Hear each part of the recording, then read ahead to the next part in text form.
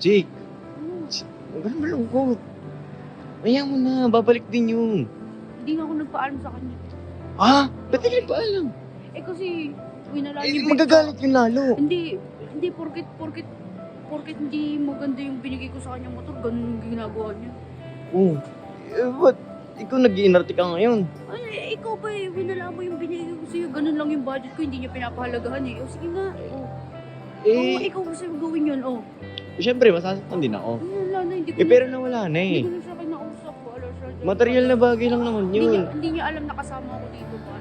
Ay, hindi niya alam. Hindi niya alam. Patay mo nga ito, bro. Wala.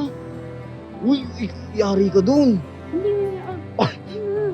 Sasabihin ko nga, Ano? Hindi, Ano? ipaprank ko siya, sabihin ko na, papunta na kami Japan.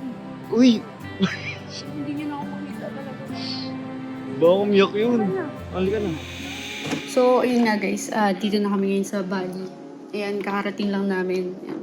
Tapos, so ito yung pinag-i-stayan namin. Pero, ayan, anyway, ito na nga yung balita dun kay Oleg. So hindi niya pa nga alam. So, ayun, nagchat-chat. Hindi niya pa alam na nakaalis na kami. Tapos, kasi syempre, di ba, masakit yun eh, para sa akin kasi pinag-ipunan ko yung pera na yun para pambili doon, tapos bigla na lang mawawala. So, ayun, ang gusto ko lang naman, sana iningatan niya. Kasi, tagal ko ding inipon yung kahit 8 lang. Kahit sabihin mo 8 lang yun, tapos parang patapon na yung motor. Pero at least, working siya. Kailangan lang talaga siyang i-work. Kailangan siyang ipagawa, mga ganun. May mga bagay na kailangan mong ipagawa, ganun.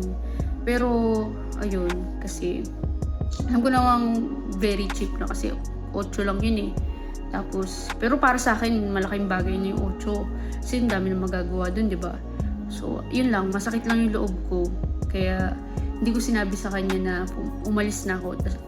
Ang pinapasabi ko kila Kuya Insay na na umalis na ako pumunta ng Japan. Para, ayun, gusto ko lang na ma-realize niya na sana pinahalaga niya yung bagay na importante sa akin. Kasi, di ba, ikaw ba naman magbigay ka ng isang bagay sa taong gusto mo, tapos bigla na lang wala pang isang araw na wala na agad. Ganun. So, feeling ko na, alam mo yung feeling na hindi niya pinahalagahan. So, ayun guys. Yun lang yung update ko sa inyo guys ngayon. Balitaan ko kayo kapag nahanap niyo na siguro yung motor.